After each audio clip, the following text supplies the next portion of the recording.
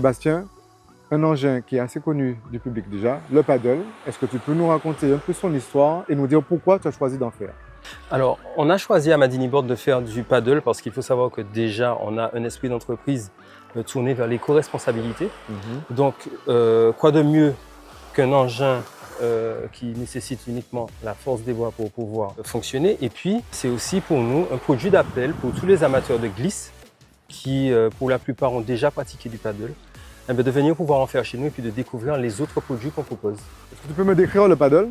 Alors, le paddle, il mesure 2,50 m. Il est en verre époxy.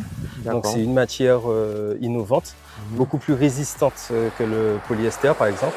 Léger et qui, du coup, offre une bonne glisse sur l'eau, ce qui fait que les férus de paddle peuvent apprécier de pouvoir parcourir la baie de Sainte-Anne avec cet engin. Est-ce que cela demande des conditions ou des aptitudes spécifiques pour pouvoir faire du paddle? Le paddle en lui-même ne nécessite pas d'aptitude physique particulière. Effectivement, plus on va en faire et plus ça va puiser dans nos ressources, ça c'est sûr et certain.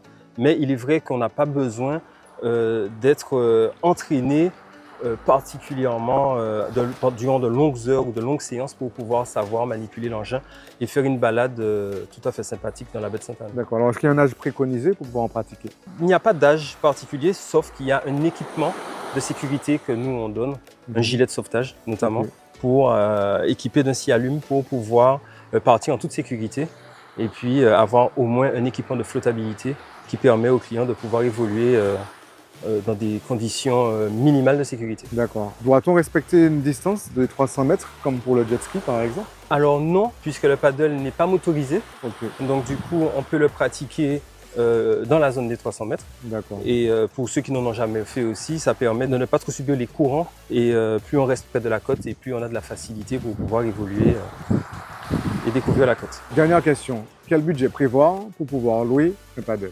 Alors, nos prix varient entre 15 et 35 € pour des temps qui sont compris entre 30 et 1h30. Ok.